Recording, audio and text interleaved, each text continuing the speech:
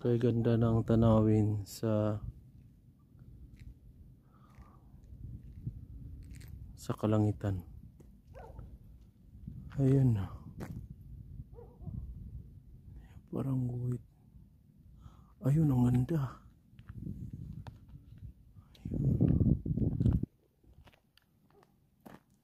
Oh.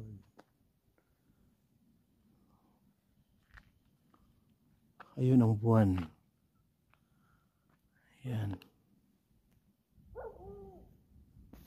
Kapi. Ayun, tingnan nyo. Mga kaulapan ay mayroon siyang mga rihas-rihas. Ayan.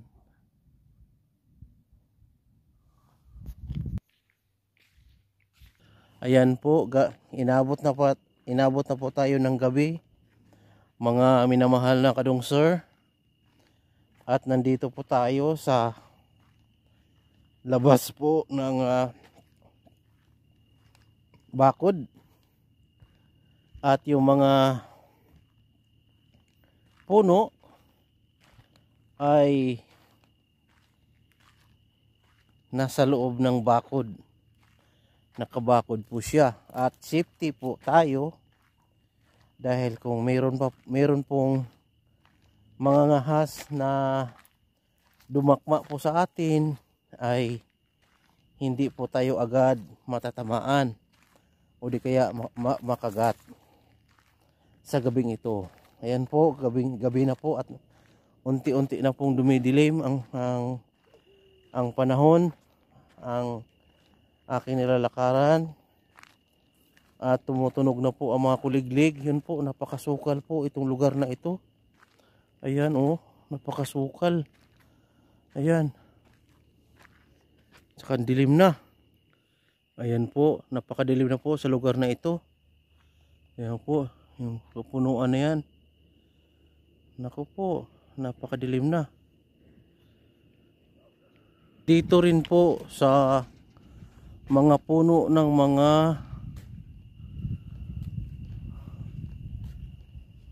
ay madilim-dilim na rin po. Buti na lamang po at nandito po tayo kung saan ay nakabakod po ang mga ditch na ito. Kung meron po na mababangis na hayop ay hindi po tayo agad madadakma. At talaga pong inabot na po tayo ng dilim sa lugar na ito. Tingnan nyo po mga minamahal na mga kadungsor. Naku, inabot na po tayo ng dilim. Tingnan nyo po sa ilalim ng mga gubat na ito. Ay, sobrang dilim na po. At nagtutunugan na po ang mga kuliglig. Mga minamahal na mga kadungsor, atin pong pagmasdan ang unti-unti na pong babalutin ng dilim ang aking kinatatayuan ngayon. Makikita lang po natin pag tayo po ay nakatingin sa kalangitan ay ito po'y may liwanag pa pong natitira, mga minamahal na kadungsor. Ang ibig pong sabihin yan po mga minamahal na kadungsor, may liwanag pa po tayong para po tayong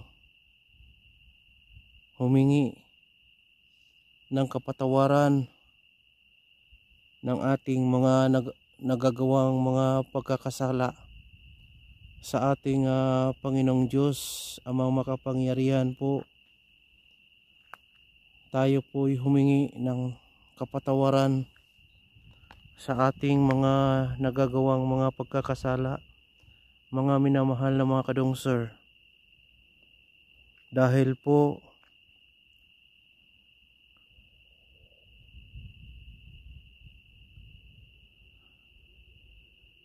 po ang ating mga taos pusong paghingi ng kapatawaran ng ating mga kasalanan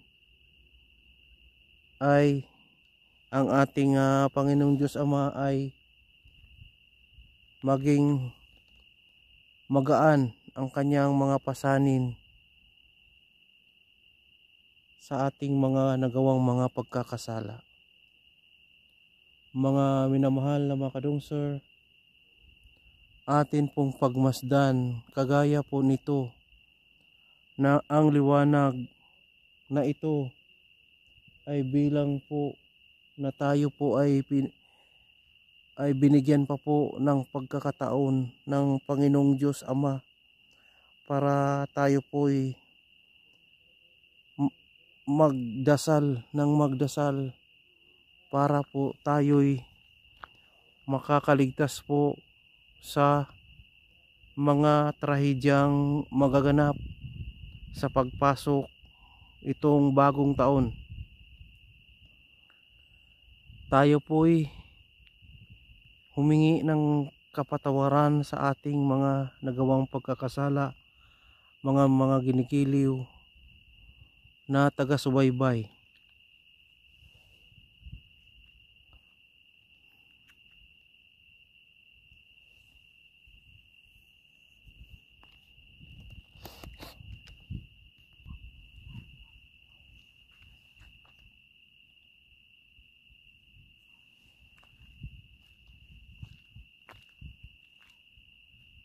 Mga minamahal na mga kadungsor, ito po ang aking pong mapaabot po sa lahat po ng nanonood ngayon, dahil po inaabot na po tayo ng gabi sa lugar na ito.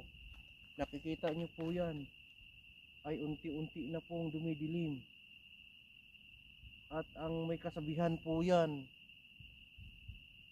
na may panahon pa po tayo na humingi ng kapatawaran ng ating mga nagawang mga pagkakasala, dahil po ang ating Panginoong Diyos po ay sobrang pagod na po sa pagbubuhat ng ating mga nagawang mga pagkakasala. Kaya po mga minamahal na mga kadungsor, tayo po ay magbago na po, at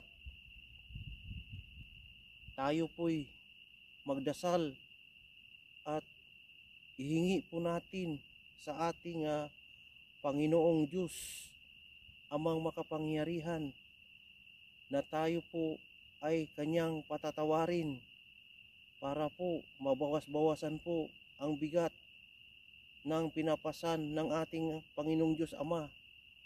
Mga minamahal na mga kadungsor, ngayon po iharap po natin kung saan ay may buwan.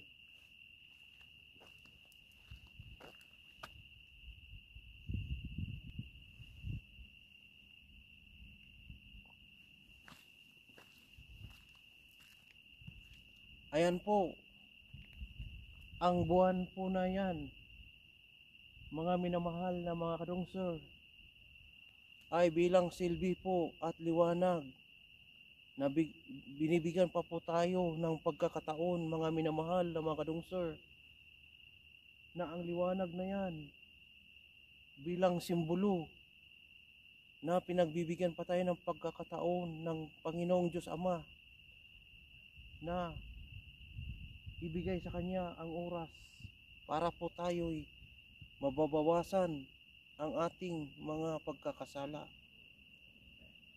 Mga minamahal na kadungsor,